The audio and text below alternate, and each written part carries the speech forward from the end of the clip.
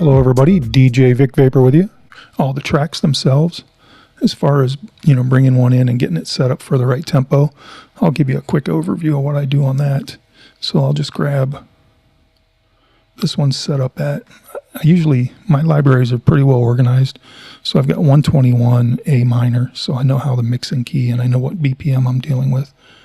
So let's bring this guy over, drag it into the setup here.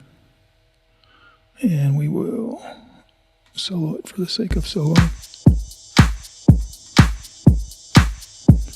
We don't need to hear it. Let's get rid of this. Now we've got this guy in here. We know it's 121.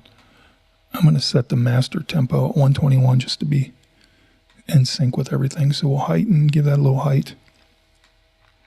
And what I do in Bitwig is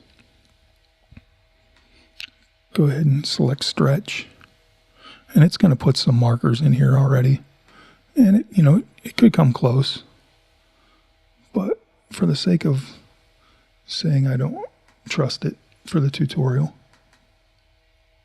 let's get rid of these guys real quick here.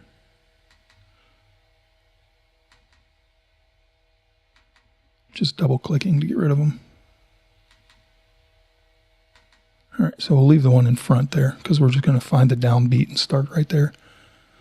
And for the most part, music itself is created in the box and close enough to a grid that most producers aren't going to produce a track that's like 121.5. It's usually going to be on a specific number, a number amount set at 0. So let's go ahead and select our clip right here and then hit the inspector. And let's make sure we're at the right tempo. Yeah, we're at 121. Sometimes you got to check this over here because even though you set it here, it could still put a couple decimals off. So you got to be cautious of that within Bitwig. So we're good there. And we've selected stretch. Let's go to repitch.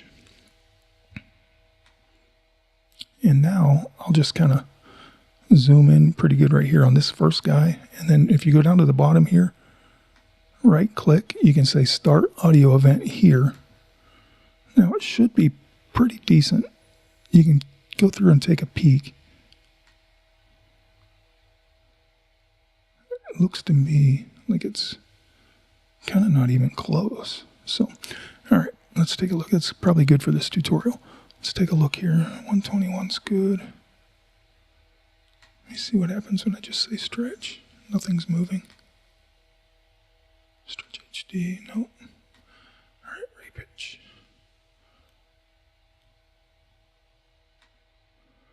So we will go. Oh, I know what's kind of happening. See how this is a little bit cut off? If you look at this downbeat, this kick right here, it's not. See this little marker is kind of back here, but this marker is way out in front. So what we do is grab this guy and drag him over there where it belongs on that 2. Now we should be good to go. It's for some reason Bitwig likes to cut off that first part of the downbeats on the ones right in that front of the file. So let's go out here a little bit further and look and see where we're at.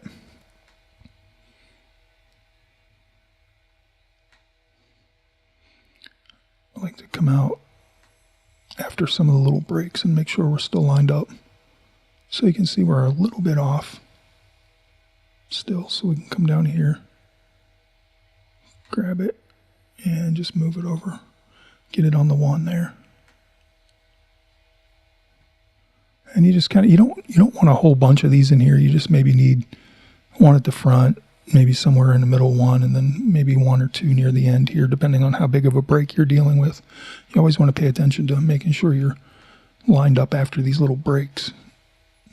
Track can usually run off right there somewhere, so let's find spot.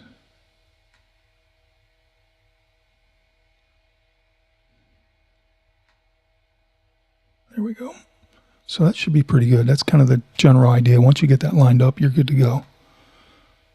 And then I'm going to hit the metronome. Let's do, we've got that soloed. It should be okay.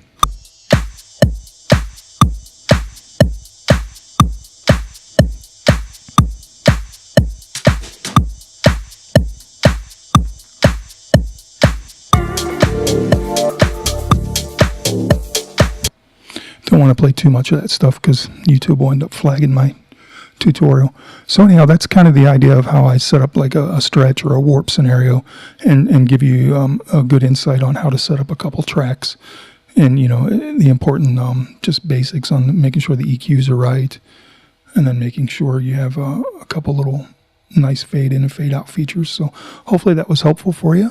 That is DJing in Bitwig Studio, kind of a nice simple setup, good basic overview, and feel free to leave any comments or questions in the box below, and I'll be happy to take a look at it and see if we can't answer any additional questions. All right, you guys, thanks for tuning in as always. Thanks for pushing play, and peace. See you on the next tutorial.